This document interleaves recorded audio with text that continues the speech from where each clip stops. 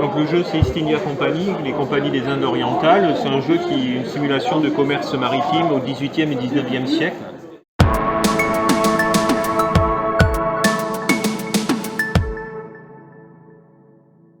Chaque joueur va être à la tête d'une compagnie maritime qui va développer. Et donc il va commercer des marchandises depuis les Indes jusqu'en Europe. Et il va y avoir aussi une part de bourse parce que c'est le début des actions et du capitalisme. Et donc on va pouvoir durant la partie racheter des actions, soit de sa propre compagnie, soit des compagnies des autres joueurs pour un peu profiter de ce qu'ils font. Le jeu va se dérouler en 5 tours, 5 périodes, qui elles-mêmes vont être découpées en 5 phases. Le jeu est assez simple à prendre en main parce que le jeu te guide et te dit quoi faire à chaque fois. Toi, tu es juste en charge de tous les micro-choix et micro-paris que tu vas devoir faire durant toute la partie.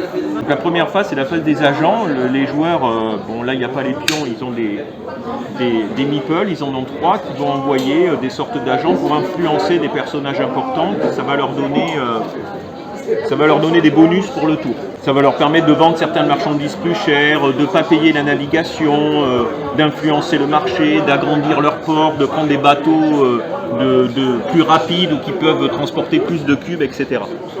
Ensuite, il y a une phase de bourse où chacun va pouvoir investir dans les compagnies, racheter des parts. Donc les parts vont avoir au départ un cours faible. Et puis au fur et à mesure qu'on va en acheter ou qu'on va en vendre, ça va faire fluctuer leur valeur. Donc il va y avoir une part de spéculation sur la valeur des parts des compagnies. Sachant qu'à la fin de chaque période, le marché va aussi réagir aux performances de chaque joueur durant le tour. Alors il faut bien comprendre qu'ici on a 2 marchés de marchandises qui vont simuler l'offre et la demande. Tous les tours, au début du tour, on tire en fait des dés pour chacune des marchandises. Alors ça c'est de la soie, ça c'est du café, ça c'est des épices et ça c'est du thé. Et ça va être une information que vont connaître les joueurs. Ici c'est ce que va produire l'Inde.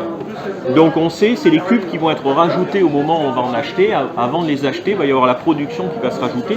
Une partie qui est aléatoire et qui est connue de tous au début du jeu. Et une autre partie qui se trouve sur une carte dont les joueurs n'ont pas connaissance. Éventuellement, s'ils vont influencer le gouverneur, ils peuvent la choisir ou en prendre connaissance, mais normalement, ils ne le savent pas. C'est pour simuler le fait que quand on envoyait les bateaux prenaient tellement de temps à se rendre jusqu'aux Indes qu'on ne savait pas exactement ce qui allait se passer entre-temps. Donc sans connaître l'information globale de la production de l'Inde, tous les joueurs vont prendre leur bateau en main. Alors au départ, ça n'a pas trop d'importance parce que tout le monde a à peu près les mêmes bateaux, mais au fur et à mesure qu'on va augmenter sa flotte ou l'améliorer, il va y avoir des bateaux de vitesse et de capacité de transport différentes. Donc chacun va prendre tous ses bateaux en main et dans l'ordre d'initiative, il y a un ordre d'initiative qui est déterminé au début, puis qui évolue dans la partie, qui rythme dans chaque phase dans quel ordre on joue. On va envoyer les bateaux, donc soit on peut les envoyer en Chine, auquel cas il faut payer la navigation, soit en Inde, soit en Inde orientale, soit en Inde. Et chaque joueur va envoyer comme ça ses bateaux un par un, face cachée, et ça va créer des piles de bateaux. Alors on peut tous les envoyer au même endroit ou dans des zones différentes, comme ça. Voilà, et donc ça c'est la phase de navigation, on a envoyé les bateaux. Une fois que cette phase est finie, on va procéder à la phase de chargement, on va aller acheter des cubes. Alors c'est seulement à ce moment-là qu'on va prendre connaissance ici de ce que l'Inde va produire. Donc en fait, on va rajouter le nombre de cubes sur la piste qui correspond au dé plus la carte. Donc là, il y a une forte production de thé. On le savait en partie, il y avait 4 cubes sur le dé et puis 3 de plus sur la carte. Donc ce qui fait que le cours du thé va être très bas. Et puis on ferait pareil pour les épices. Alors là, finalement, il n'y a que 2 épices qui apparaissent, beaucoup de café, 5 cafés et puis 3 soins. Et donc quand on arrive dans la zone ici, on va d'abord dépiler la Chine. Alors il faut payer pour y aller, mais c'est là que ça se dépile en premier. Donc on va prendre les bateaux et on va les reclasser par ordre de vitesse. Donc lui il a une vitesse de 4, vous voyez que chaque bateau en fait a une vitesse et une capacité de transport. Ici c'est le nombre de cubes qu'il va pouvoir transporter. Donc lui il a une vitesse de 4, même s'il avait été placé en dernier sur la pile, mais comme il va avoir une vitesse de 4, qui est la vitesse la plus rapide du jeu, probablement qu'il va les passer avant les autres. Lui il a une vitesse de 1 et lui il a une vitesse de 2. Donc on les reclasse selon l'ordre de vitesse. En cas d'égalité de vitesse, c'était l'ordre dans la pile, celui du bas qui se chargeait en premier. Et donc on va se charger. Donc c'est lui le plus rapide, il peut acheter 2 cubes. Alors comme on est en Chine, on peut acheter que du thé ou de la soie. Donc il va acheter la marchandise à la valeur correspondante. Alors il peut panacher, vu qu'il achète 2 cubes, il peut acheter un thé à 1 et une soie à 4. Ou 2 thés, et au fur et à mesure qu'on va se servir, le joueur puis se sert tardivement, le cours il augmente. Donc ceux-là ils sont vendus à 1, puis après il faudra acheter à 2, puis plus on achète tardivement, plus on achète cher parce que l'offre s'amenuise. Voilà. Donc je mets la marchandise sur mes bateaux. Là j'ai acheté disons deux trucs et un blanc. Et je le remets dans mon quai. Et une fois qu'on a résolu toute la Chine comme ça, on dépile l'Inde orientale, on replace aussi l'appareil, les bateaux, puis là on peut acheter du thé et du café. Et puis on finira par l'Inde où ça va être du thé ou des épices. Donc le thé peut s'acheter partout, mais il va d'abord s'acheter là. Et sinon après les épices c'est en Inde, le café c'est en Inde orientale et la soie c'est en Chine. Donc une fois qu'on a fait cette phase de chargement, tout le monde a ses bateaux qui sont revenus avec les marchandises posées dessus. Et après on va passer à la phase de négoce où on va revendre en Inde, en Europe, pardon.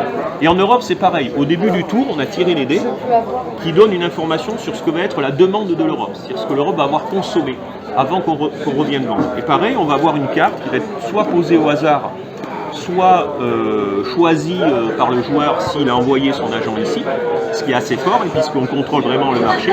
Donc une fois que les bateaux ont été chargés, on dévoile la carte pour l'Europe, et là on voit la consommation. Donc 5 et 3, 8, on va enlever 8 cubes verts. Du coup il va y avoir une forte demande en thé. 5, 4, on va enlever 4 cubes d'épices, on va enlever 3 cubes de café, et puis on va enlever 3 soies. Et maintenant, les joueurs, ils vont vendre leurs cubes. Alors la vente, elle va se faire par vitesse de bateau. Donc c'est les bateaux les plus rapides, qui sont revenus le plus vite, qui vont se vendre en premier. Si plusieurs joueurs ont des bateaux de même vitesse, c'est toujours l'initiative qui vont les départager. Et quand le joueur il la vend, il vend ce bateau, il remet les cubes et il récupère l'argent qui correspond à la zone. Donc plus tu vends tardivement, la demande est de plus en plus satisfaite et tu vends de moins en moins cher. Donc là, il vend son cube blanc de soie à 8, et puis un cube de thé à 7 et un cube de thé à 6, puis les suivants ils se vendront à 5. Et plus on va avoir vendu de thé, plus je suis le dernier à les vendre mon thé, plus ça va se vendre de moins en moins cher, si la demande est satisfaite. Et si jamais toute la piste est remplie, qu'on a encore des cubes à vendre, on peut les vendre à perte à 1, ou alors si on a suffisamment augmenté son quai, on a passé au départ et qu'on a pu construire un entrepôt, on peut entreposer des marchandises, on peut même le faire si on considère que le prix de rachat n'est pas suffisant, et stocker, ça permettra au prochain tour de vendre en premier avant les bateaux puisque la marchandise est déjà sur place. Voilà. Et donc comme ça les joueurs ils vont vendre et ils vont récolter de l'argent qui n'est pas mélangé, qui est mis de côté. Il y a une partie ici comme de l'autre côté qui est le chiffre d'affaires, où ici il va déposer tout l'argent qu'il a collecté lorsqu'il vend. Et là on arrive à la fin de la période où le jeu il va s'ajuster. Donc c'est la bourse qui va regarder ce qui s'est passé. Il va d'abord regarder le joueur qui a vendu pour le plus, qui a fait le plus gros chiffre d'affaires. Et ça, la bourse va être satisfaite et la valeur de sa compagnie va monter de 2 crans. Le deuxième, elle va monter d'un cran, le troisième, elle ne va pas monter, et le dernier, celui qui a fait le plus mauvais chiffre, la bourse va être mécontente et sa compagnie va reculer d'un cran. Et après, on va regarder les performances globales. Si au tour précédent, le joueur il avait vendu pour 24, donc ça a été mémorisé, c'est mis là, et les actionnaires, ils veulent que ça soit maintenu, les performances. Donc s'il arrive à faire mieux, disons que s'il arrive à faire 40, comme il monte de 2 crans, et sur la bourse, il va aussi monter de 2 crans, donc la valeur de toutes ses actions, les siennes et celles comprises les autres joueurs. Et si jamais au tour d'après, maintenant qu'il a 40, il n'arrive pas à maintenir 40 et qu'il retombe à 28, il redescendra sur la bourse parce qu'il va être sanctionné de fait d'avoir fait des performances inférieures à ce qu'il a fait au tour précédent. Il y a l'ordre du jeu qui va être réajusté là pour compenser. Celui qui a vendu le plus va se retrouver dernier à l'initiative. Et puis il va y avoir les dividendes. Au bout d'un moment, quand les actions n'ont pas beaucoup de valeur, elles ne versent pas de dividendes, mais dès qu'elles vont commencer à prendre de la valeur, on va commencer à verser des dividendes. Et si jamais les actions du joueur jaune valent 14, ça veut dire que chaque détenteur d'une action jaune, autre que le joueur jaune, il doit lui donner 2 de dividendes par action jaune qu'il possède, parce qu'il a investi dans la compagnie, il veut des retours. Donc au bout d'un moment, ces actions vont avoir beaucoup de valeur, mais si d'autres joueurs ont investi dedans, ils vont être obligés tous les tours de leur payer des dividendes. Donc on va faire ça pendant 5 tours, il y a une vraie montée en puissance, parce qu'on a de plus en plus de bateaux, on transporte de plus en plus de marchandises à la fois. Et puis à la fin du jeu, on va regarder la valeur totale de l'argent qu'on a accumulé et la valeur totale des actions qu'on possède. Et c'est le plus riche qui gagne.